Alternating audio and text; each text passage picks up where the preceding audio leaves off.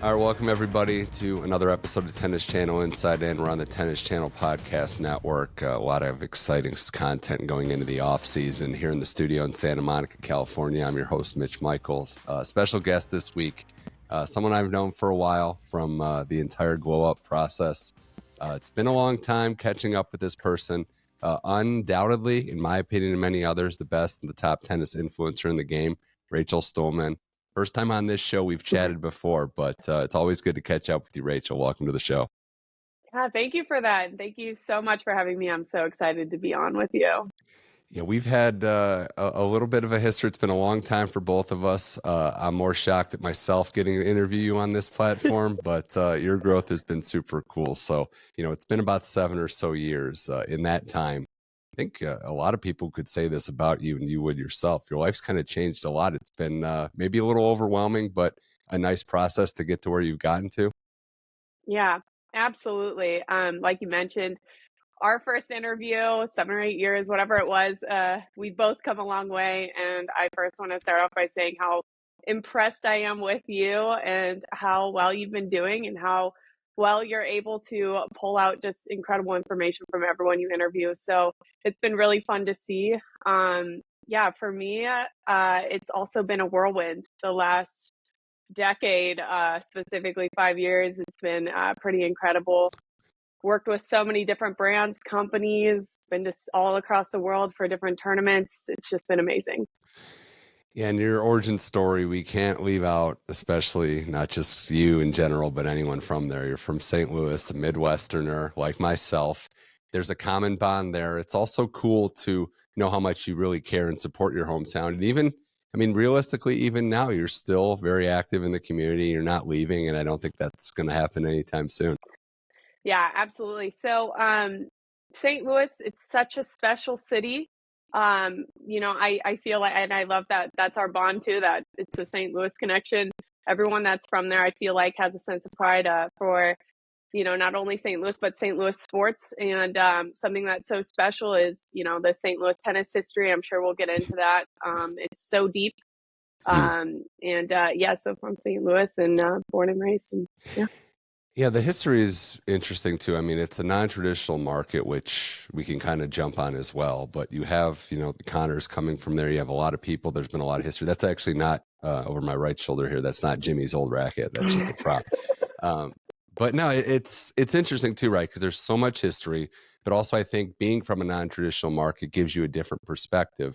Nowadays, especially in America, you have the California connection, which is so strong. You have the warm weather, the Florida academies that are doing phenomenal work, but it does kind of give you an interesting perspective, right? Growing up in a Midwest, in a colder, more rugged city.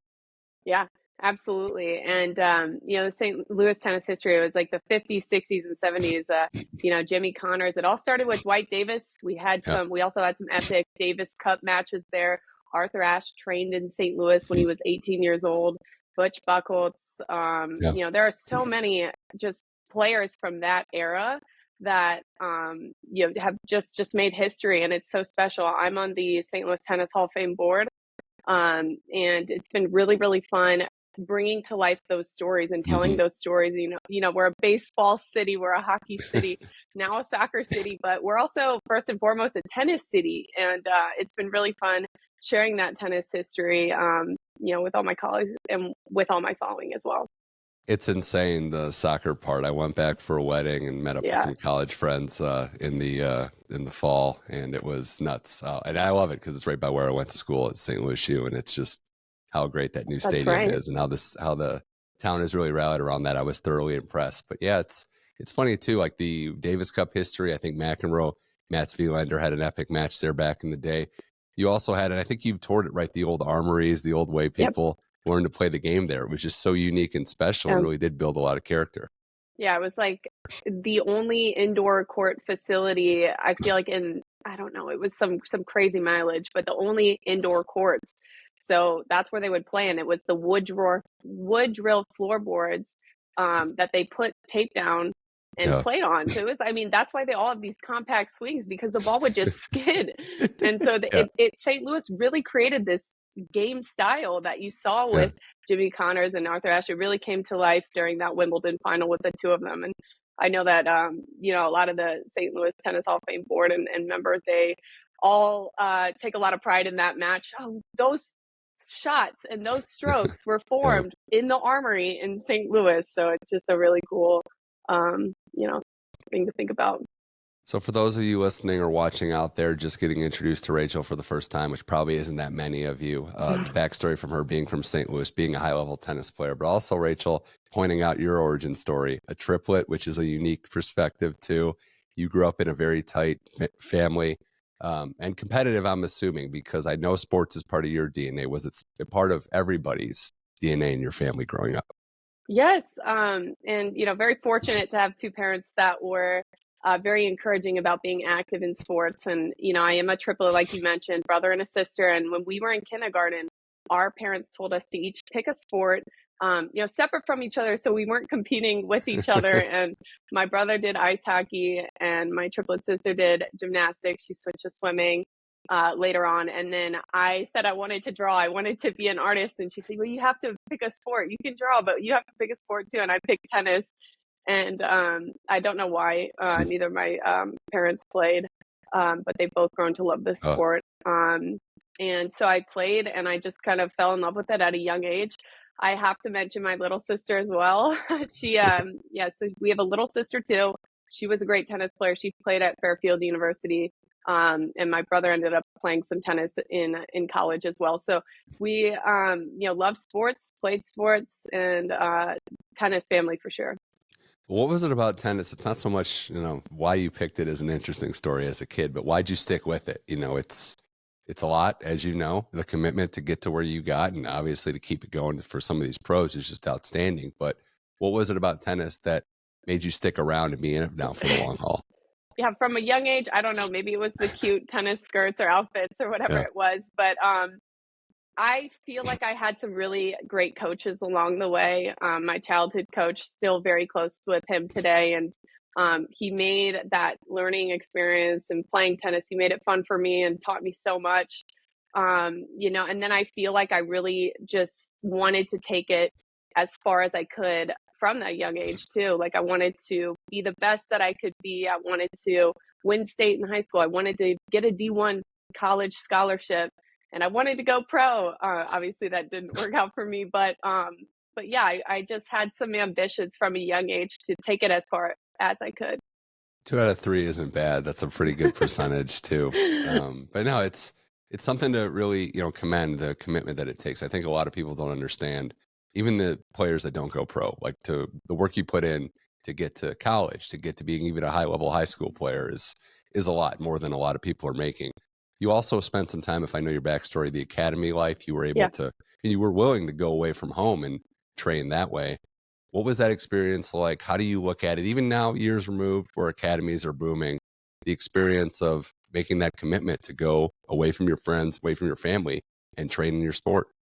Yeah, again, luckily I had some really super supportive parents that encouraged me. I, you know, told them, I said, that, you know, there's an opportunity to go to John Newcomb Tennis Academy. And they were very encouraging about it. And I, you know, that fire inside me to be really great and play with the best players in the world and train and, you know, hopefully become a good enough player to meet some of my goals. That was what inspired me to go down there to Texas, to New Braunfels, Texas, and Yeah. spend my junior year of high school. And it was incredible. You know, I played doubles, you know, every day nearly with Nicole Melikar and Amina Bektis, and it's just amazing. Ryan Harrison was out there, and during that time was just a handful of really great players were down there. So they made me a much better player. What was that moment like of, because you highlighted something, you're a talented player, decorated high school, really dominant in the St. Louis area.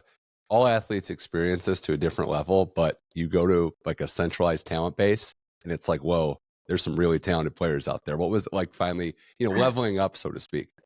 I wanted it. I wanted so Yeah. badly to be on the court with them. Like I was begging them to hit with me, even though, you know, they were much better than me. And, you know, luckily they just liked the practice. So they would hit with me and they made me a much better player as well. But I wanted it. I wanted to be on the court with them. I wanted to be as good as them. And yeah, my game really developed out in Texas. Was Mizzou always the goal? I know you're a Missouri girl at heart, and you had options. I know I don't know all the details, but was it always going to be Mizzou, or did you have to like the fit and it organically come to be? It's funny because I was cleaning out, a nightstand or a box or whatever it was, and I found this, with really young handwriting, goals lists on a little note of paper I had that said, "Full ride to Mizzou, University of Missouri." And I don't know how old I must have been pretty young. So I think that always was a goal of mine. But along the way, you see different schools out there. I got a lot of offers, luckily, from a lot of different schools, and took a couple official visits. It came down to LSU, deciding between LSU and Mizzou, and I had a lot of family members that went to Mizzou. I feel like even though I went to Nukes my junior year, I am a homebody at heart. Mizzou's only an hour and a half away from St. Louis. I decided to go to Mizzou, and it was just a great experience and so much fun. Yeah, I've never heard someone go who went to Mizzou say it wasn't fun. So I'll take Yeah. your word and everybody else's there. But it's interesting too, right? Because you had a great college career. You were able to accomplish a lot of things. And there's, the photo I think you shared a little bit ago where you were devastated losing to a top 10 player. Made me think of something else. And that tennis might be the ultimate, like, I don't say irrational confidence, but a sport where you have to really believe that no matter who you're playing, you have a chance. And without that belief, probably doesn't take you to where you are in your career, whether you're outmatched, like you said, in the Newcomb Academy. You're on the court with a player, they might be more gifted, better than you. You always got to believe that you can compete and find a way. Absolutely. I remember, coaches telling me if you step on the court thinking you're not going to win or you're going to lose, you might as well just not even play the match. So I would, have these irrational thoughts sometimes when I'm playing the number one in the Yeah. nation that Yeah. I'm going to beat them today. I'm literally going to beat them. I know I'm going to. And, that thought can really, I feel like, trick your mind or whatever. Maybe you are good enough, but Yeah. it'll make you really kind of believe that you can win. And I had some, good wins because I had that mindset. Yeah. But I always remembered that. Yeah. How many times have the big three, have Serena just won before they even took a step out there? Just walking through the Yeah, locker room, exactly. walking through the tunnel, just eyeing somebody down. Well, before we move on to the other stuff, I wanted to ask you, do you have a player that maybe you beat or that you competed against, your best opponent? I think my biggest win in college, and I always say this, University of Georgia is my favorite place I ever played. And I played all over. I spent 2 years in the Big 12, 2 years in the SEC because we went through that conference change Hmm. when I was with the University of Missouri. And so I traveled to all those schools Yeah. all 4 years. And I, went all across the country, UCLA for the Nationals, Notre Dame, just kind of went so many different places. But Georgia was always such a fun place to play. And I had my biggest win there. I beat the number 22 player in the nation. It put me on the board for individual singles rankings. And I think I reached a career high singles rankings of 77, which doesn't sound incredible, but for me, it was a big deal, reaching that singles ranking individually. What was your style of play like? Like if you're explaining to everyone out there, Rachel Stillman, the player, what's her game like? I was an aggressive baseliner, and my game was built off my backhand. Every forehand I hit was to set up my backhand, and I also had a pretty strong serve, but the backhand was definitely my favorite shot, my best shot, and would always try and work the points, come into the net, close off the points at net. But yeah, that aggressive baseliner for sure. Okay. Well, we got Rachel Stillman here on Tennis Channel Inside In. We're talking to one of the best tennis influencers in the game, someone that really worked her way into this sport and is doing phenomenal stuff covering and supporting tennis. Rachel, before tennis was a career or even maybe on your radar, were you an adamant, I mean, I feel like I know the answer, but a diehard supporter and fan of the sport? Did you have favorite players and influences and people you wanted to be just like? Yeah, I mean, Rafael Nadal, I had a poster of him on my wall when I was super young. I used to, love him. I still do. I think he's kind of the epitome of the best athlete as far as humility and, his playing style, 110% every point. He's definitely always been a favorite of mine. Always loved Serena since I was young. Loved her style, obviously loved her game. And yeah, so those two have always been my favorites for sure. Yeah, those are, I mean, they're very popular answers. It's Yeah, I know, emotional right? time. But I did want to bring this up because I knew you were a Muguruza fan. I know Garbini was somebody Mhm. that you always liked too. And I think it's fascinating to find out, she's obviously an accomplished multi-time major champion, but what was it about her game and her style of play that you really were a fan of? I think that, I really liked her, but it was one time I think I was going to Indian Wells, Yeah. and I was getting off the plane, and someone goes, are you Garbine Muguruza?" And from that moment, I'm like, Yeah. I really like her. No, Yeah. but I Yeah. really like her. I like her playing style, Yeah. and how she fought on court, and yes, I liked it. Certainly was a player to be popular for. So that jump starts your career, right? You're graduating Mizzou, you're Mhm. finishing out. There's that time that every 20 something young adult has where it's like, okay, what do I do? The world's your oyster, but there's a lot of options. What was the first step to getting to where you are? How did you start to navigate your way through these waters of working in tennis? Yeah, so after college, it's funny because like when I was playing college chess, I never thought tennis would end for me. Which is stupid because college chess is only 4 years, but I was like, I'm going to be playing tennis my whole life. So I didn't really have a plan. Like I wanted to take it pro. Obviously, didn't do that. So after college, I took the highest paying coaching position that was offered to me, which took me out to Sun Valley, Idaho, a beautiful, beautiful hidden city out there, Mhm. to a very, very nice country club. I was the head tennis pro, and Matt Spielander and his family live out there and play out there at the club, and it's just the most gorgeous place ever. So I went out there. It was a big move for me, going out there to coach. And while I was out there coaching, I had, these thoughts all the time about how I still feel like I have so many thoughts and ideas about the game that I really want to just share with people. I still feel such a need to be involved in professional tennis, even though I'm not playing.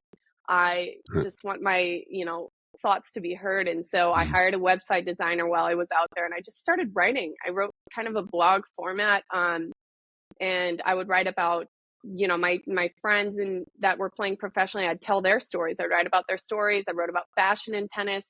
I, would compare tennis players to their basketball playing counterparts and just different unique, Mhm. ideas and thoughts around the game and they just became, and I would post them, it was when social media was really starting to take off, was right at the end of college and right during, Mhm. in the end of college. I would just post them all across social media. And, from writing those articles came so many different opportunities and people reaching out, and this tennis software company reached out to me to help Mhm. spearhead their tennis content show, and I'd never given it an interview before, but I learned along the way, and they would send me to different tournaments where I'd interview the players. Then the Bulgarian Tennis Federation reached out to me, to Yeah. come to Sofia to be their tournament ambassador, and I went out there and, discovered I love going to the tournaments. I want to tell all the tournament stories even more. And I really just posted along the way from all these opportunities that kind of came across my plate Oh. just from writing ideas and the thoughts that I had. You said a lot of impactful stuff there. One being you were willing to think creatively outside the box, find a way to create your own path, which I think is a valuable lesson for everybody out there, that there's multiple ways, especially in this social media era, which you took advantage of as it was blowing up. But I think the other side of that too, Rachel, is being able to do and being willing to do extra work. There's a lot of people out there that want to get to certain places and certain things, and not just even sports or even tennis, but it's going to take a little bit of extra work. It's going to take some creative thinking and really finding a way to just go the extra mile. It would have been very easy for you, I'm sure, how hard you were working to just go home after work and unwind. But you saw something else and something greater in a path, and ultimately are reaping the benefits of it right now. And what I feel like I, was so passionate about was I always thought that tennis was just, I still think this is that it was the coolest sport ever, that there's so many things that like people just don't know about. And I Like always, untapped potential, right? Like yeah, there's still exactly. more to, like, the coverage is good, but there's still, it's like, for lack of a better metaphor, you only use a certain percentage of your brain. There's still so much more in there that we could kind of get to and, you know, You're showcase to the so right. masses.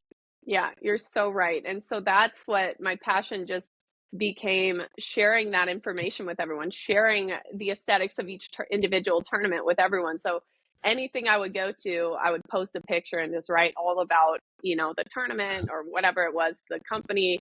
And it was just so important for me. It still is, to continue to kind of like just tell people about how cool tennis is. What's something when you started interviewing players or interviewing people involved in the game? Was that a nerve-wracking experience? What's Yeah. something you learned or had to adjust to on the fly? Because there's nothing like you can have, and I know this more than most. You have your notes, you have everything ready. Something's going to happen that's you're not prepared Yeah. for. How do you adjust to that? Yeah, no, definitely. It was so nerve-wracking for me. Like, I went to the best journalism school in the country and I didn't do journalism. And I, to this day, I'm still upset about it, but learning along the way. And, I made so many mistakes, so many. I've got some hilarious stories of, situations. But yeah, I think that just kind of realizing, a bunch of the players are my friends. They're normal, nice, great people. They're all, if you mess up, it's not the end of the world. And so just taking a little bit of pressure off yourself, I think definitely helped me. But yeah, I definitely have some funny stories along the way. Did you have any moments where your profile really exploded, or was this process a gradual getting a little more steam each step? So it was that kind of gradual growth. I would say the first, I don't know, 8 years I did social media. And then it was a couple years ago, maybe 2 or 3 years ago, a big media outlet published this article. Rachel Stuhlmann is the world's #1 tennis influencer or something. And from that, there was like, it just snowballed. I think I gained 100,000 followers in a span of a Ooh. couple weeks. And I really, took advantage of that and just kind of leaned into that. And just would post even more. And it came to a point where it's the first time ever that anytime I posted, there would be some other media outlet writing about that post, Yeah. which was fun, but also scary. And so, yeah, it was just, I feel like, during that time a couple years ago, that was when it really took off. Well, yeah, and you're someone to ask about this, right? Because it sounds really cool, and I'm sure it was in a lot of ways. But I don't know if there's anxiety or feelings of look, like I just became popular literally overnight or in the course of a couple days. What's it like to gain 100,000 followers so fastly, and how do you manage your emotions and maybe keep yourself grounded as a result too?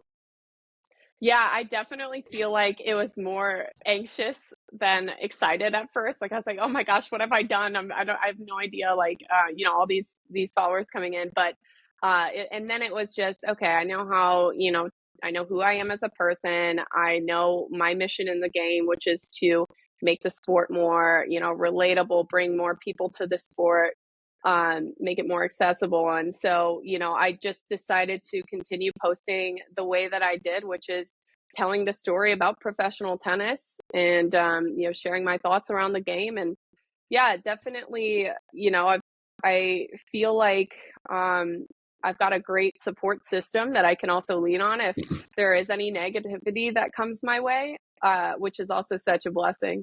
That's the Midwest side right there. That's just Exactly. pointing that Yeah. out. And I know part of that is fashion, right? Like that's been one of your biggest, interests in tennis, and not just tennis, but in general. But the collaborations, which I think you would agree, right? We're starting to see more. We're starting to see this has been a golden age because we've got high end brands rather. Hugo Boss is sponsoring Taylor Fritz and Matteo Berrettini. Yannick Sinner's walking out on the Wimbledon All England Club with a Gucci bag. You're seeing Dior sponsored like Emma Raducanu and other female athletes. There's Yeah. such a good time for the tennis fashion crossover, and your career, talking about perfect timing, is kind of mirrored that trajectory. Yeah, no, it's so cool to see that. And in 2018, I wrote one of my articles that was about how I think that designers need to collaborate with tennis players. And so now seeing, in 2024, all these collaborations with designers, like you mentioned, like Louis Vuitton with Carlos Alcaraz. I mean, it's just incredible. I can't wait to see more of it. What are some of your other favorite collabs? Anything else I didn't mention? Not even really the high brands, but Yeah, we're seeing Nike do some really cool stuff. Wilson's in the tennis yeah. game. We were at Indian Wells. My mom bought a tennis, like one of those zip ups. She loved it. She saw the Marta Kostyuk thing. She's like, I'm Oh gonna my get one of gosh. those. So, other Yeah. brands that are really in there that have caught your eye with their collabs with players.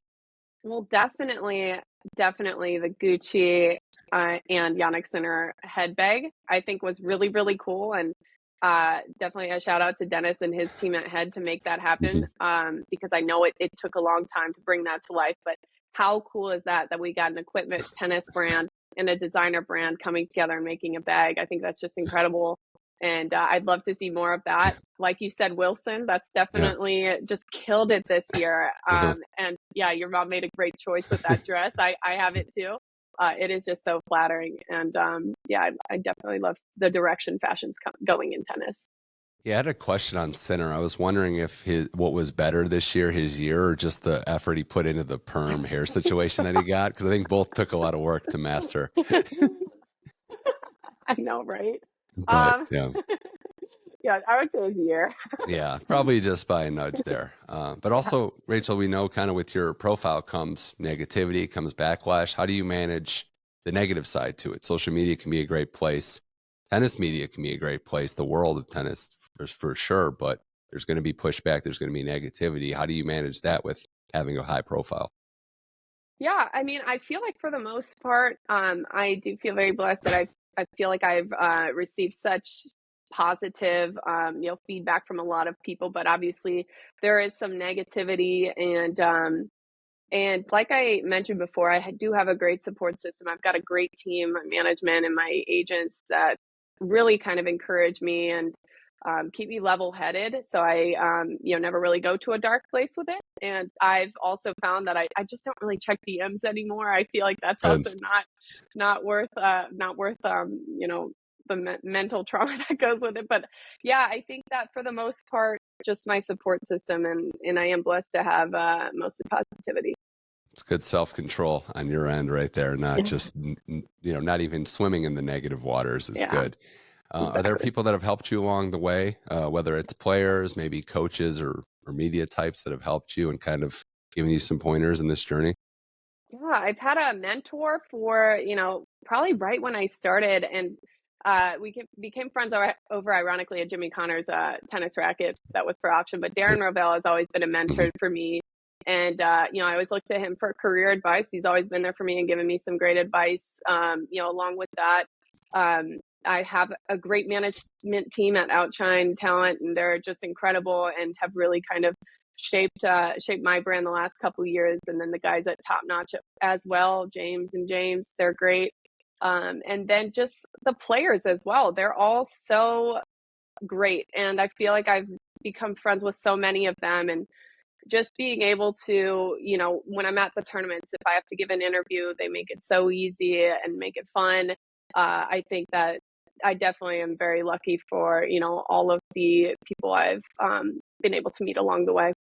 Yeah, there's a very good, I mean, I can only speak for this era that I'm in, but there's a very good crop of people in the tennis world. And it's nice to Yeah. see the helpfulness. And also, I'm assuming too, there's other influencers out there, other people that have maybe carried sports, carried other industries. Is there anybody else you look at outside the tennis world in the influencer space? Right now, I really, really love Ilana Mar. I think she's just incredible. I love how she's authentically herself. She's hilarious. And she's got just the social media game just dialed in. She's so good on TikTok. So I really, really do enjoy following her. It's just a very smart lesson for people out there, Hmm. especially as they get a little older. Younger people can have good ideas and how they use and leverage technology. It's good to follow trends. I have Yeah. cousins that'll ask, like, okay, how are you consuming media? They're, early 20s, and you can always learn something from people of all ages. Yeah. Absolutely. Totally agree. So I wanted to ask you too, you were at, you get to travel to all these events, Rachel, and it's awesome. Your coverage is just great. Going to, the exhibition at Madison Square Garden, which we can get into the bigger discussion about exhibitions. I think Madison Square Garden is such a unique, it's there's no arena like it in the world. The opportunity for that hallowed ground to have Carlos Alcaraz, to have all these great players play there, Ben Shelton, obviously, Pagula and Emma Navarro. It's just a special, special thing for the sport and for all sports. What was your experience like covering such a unique thing, an exhibition at Madison Square Garden with the game's best? I mean, that was so incredibly fun in Madison Square Garden, the sold out crowd. Yeah, I went to the event the night before with the players and, got to talk to Jessica and Ben a little bit. And they were just so excited to be able to play the next day in Madison Square Garden. And, the event itself was incredible. All these pros, it's like, I feel like if you know tennis, you know the outcome. It's going to be really close regardless. You're going to get a good match. You're going to get some trick shots. Probably a tiebreaker in there somewhere. And they all know how to put on a show. Yeah. And especially, it was so fun to see Ben just soak in the crowd. And he's always been, a player. I covered him in, NCAAs in Orlando, and I think 2021. And he has that same energy. He just loves working a crowd. So seeing him do that, and Carlos as well. I mean, it's so crazy to see how obsessed people are with Carlos now, like just over the past few years. I mean, people are going nuts at their points. So it was just such a just electric environment. He has that star quality for Yeah. sure, and it's something that you can't replicate. You have to not only be world class, but you have to have that it factor, and you can't really describe it. But Alcaraz certainly has it. Yeah. It's remarkable, and even the event in Charlotte that was Alcaraz and Tiafoe. I love the collabs with the football players, Steve Smith and Yeah. Andy Dalton, getting on there, and it's cool in that regard too, right? You'll have fans that I know it's not a quote unquote real tennis match for tour rankings or prize money in that regard, but you have people that never get to see Carlos Alcaraz in the flesh. They're able to watch him play tennis. And anytime we can do that and take the game to new places, whether that's America or South America for some of these events, Central America, it's really great. I completely agree with you. And I gotta say that there's something about indoor tennis, like tournaments, that I just am like obsessed with. I Rolex know Paris Masters, Turin, and I you mean, I need just love carpet. it. We need carpet events back. That I was my know, thing. right? Like, let's just bring, something like that back. It'd be so And then, fun. I have to ask because it segues in with Shelton and Tiafoe playing. The American side of things, I know we followed this for a while, and the women are doing great work. Obviously, Pagula had that run. Coco Golf won the U.S. Open last year. But on the men's side, where are we at with things? Are we getting closer? It seems like we're itching. Fritz had a great year. Shelton, Tiafoe, and Tommy Paul obviously are coming. But can we maybe get that first slam in 21 years sometime soon? Yeah. Well, Taylor Fritz has come pretty close, I would say. I think that he's just really, really stepped up on behalf of the Americans. So I do have a good feeling that it could potentially happen soon. I think that they all kind of play off each other too, the successes of each other. And, it's fun to see how they're all friends and encourage each other and support each other. I think that, they're just going to keep growing and getting better and better. And I feel like they all have these vibrant personalities, Ben and Francis, and so it's really fun to see that. And I definitely hope so. The rising tide lifts all boats theory is Yeah. 100% right. It's making them all Hmm. better. Also, I love the potential factor with some of these players, but it's good to see Fritz getting his just due because he's been the alpha dog for a couple Yeah. years now. And I think it's nice that he's getting rewarded, at least in the public eye, for what we've seen following him. So we'll see. But the other side of that is the top. There's only one more level to go for him, and it's the hardest level there is. Yeah. Alcaraz and Sinner. Yeah, exactly. Exactly. So a couple more things here with Rachel Stuhlmann on Tennis Channel Inside In. Fun chat with one of the most, if not the most prominent tennis influencer that there is. Other things about the tennis world, other storylines you're looking at going into 2025. The women's game has some exceptional players, but anything else you're looking at in the tennis world as we gear up for another season? Oh goodness. Well, I think I'm going to the Australian in a couple weeks, which is very exciting. I've never been there and super excited to see that. I think I'm just really ready to see another year of Carlos and Yannick really Yeah. dominate. It'll be really interesting to see how Novak, shows up this year. With Um, Murray, which is crazy too. yeah, yeah. How cool is that? I love It's great. that. It's great. It's like Yeah, they did that for us. Like it's a great yeah, storyline, and we've talked about it and dissected it. It might not work, but I love the creativity of trying something, yeah, and at his age, Murray too doesn't need to be coaching anyone, but the fact that Djokovic is saying, look, I still want to win. I'm going to try this. I think it's pretty cool. And we should, applaud that. yeah, And I also just want to point out too, like we love drama in all these sports. It's great. I mean, some people might not like when it gets a little tense, but I know I could probably speak for you in this one. It's great when there's tense and heated moments yeah. out there. Yeah, and like there's so much drama in tennis, so much drama on and off the court.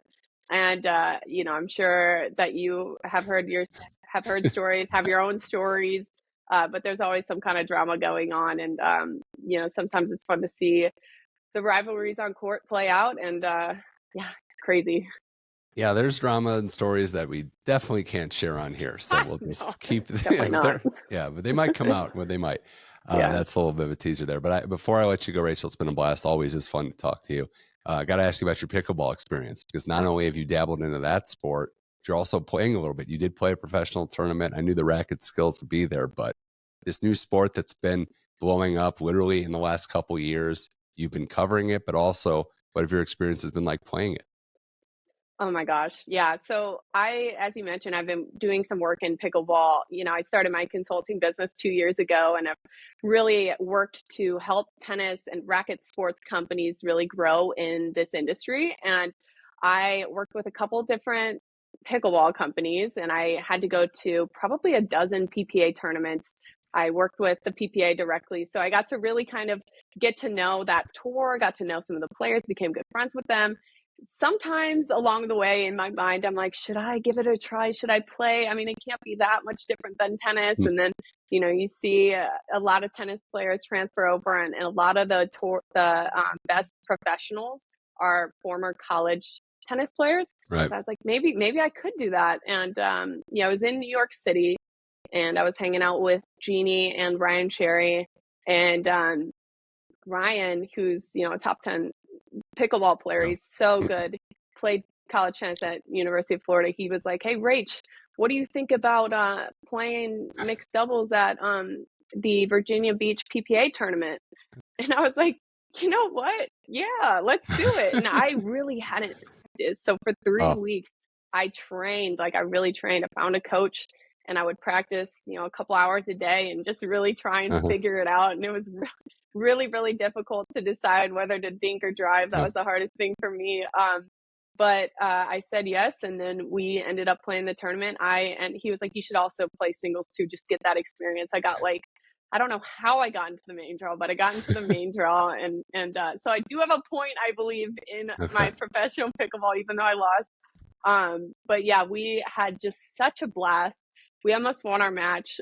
It was so much fun playing, and I can see why people love it and are so obsessed with it, because I wanted to continue playing, but it's just not feasible for all of my lifestyle and the work that I do. That's GD Bouchard for people listening out there, just casual hanging out in New York with her. Also, She's awesome. I think she got, I hope she's doing all right. I think she got injured a little bit yesterday playing pickleball. It's not an Yeah. easy sport, so hopefully everything's good all there. But I know it's the transition, like you guys are all exceptional tennis players as athletes, but learning the grip, right? Learning the movement and then the rules, of course. There's always like choreography with your movement in all these sports that you have muscle memory and working. So that would, I would assume, be the hardest part, is just taking some time to understand the rhythms of a new sport. Yeah, absolutely. Like, for me, it was so hard. Just every single shot, you really had to decide, like I mentioned, if you're gonna dink it back or if you want to just slam it at them or at their feet or wherever. And that was definitely very hard for me to decision make quickly like that. And then, being up at the kitchen and having to get low, I'm like, I'm too old. My back hurts. I can't do this anymore. So that was definitely challenging. But that sport is not as easy as it looks at the professional level, for Yeah. sure. Well, it brings out, I'm assuming, the competitive drive that you've always had. It brings, it's good to Yeah. go back in your competitive juices. Maybe not like a full-time thing, but it's good to kind of wake those juices up. Well, Rachel, like I said, you've been always tremendous. I'm so proud of your success. And I just have one last question. What's next? Like, where does 2025 and beyond take Rachel Stuhlmann, tennis influencer, journalist, and, all around talented individual? Yeah, I'm so excited for this coming year. As I mentioned before, it's been really fun for me to help different companies, with my consulting business in tennis. And, I've got some really exciting companies that I'm working with right now that we're going to take it into the new year. I also have some really exciting brand partnerships for the new year, and a lot of travel, I'm sure, hopefully to some really amazing places, to all the different tournaments. And yeah, just looking forward to another just exciting tennis year.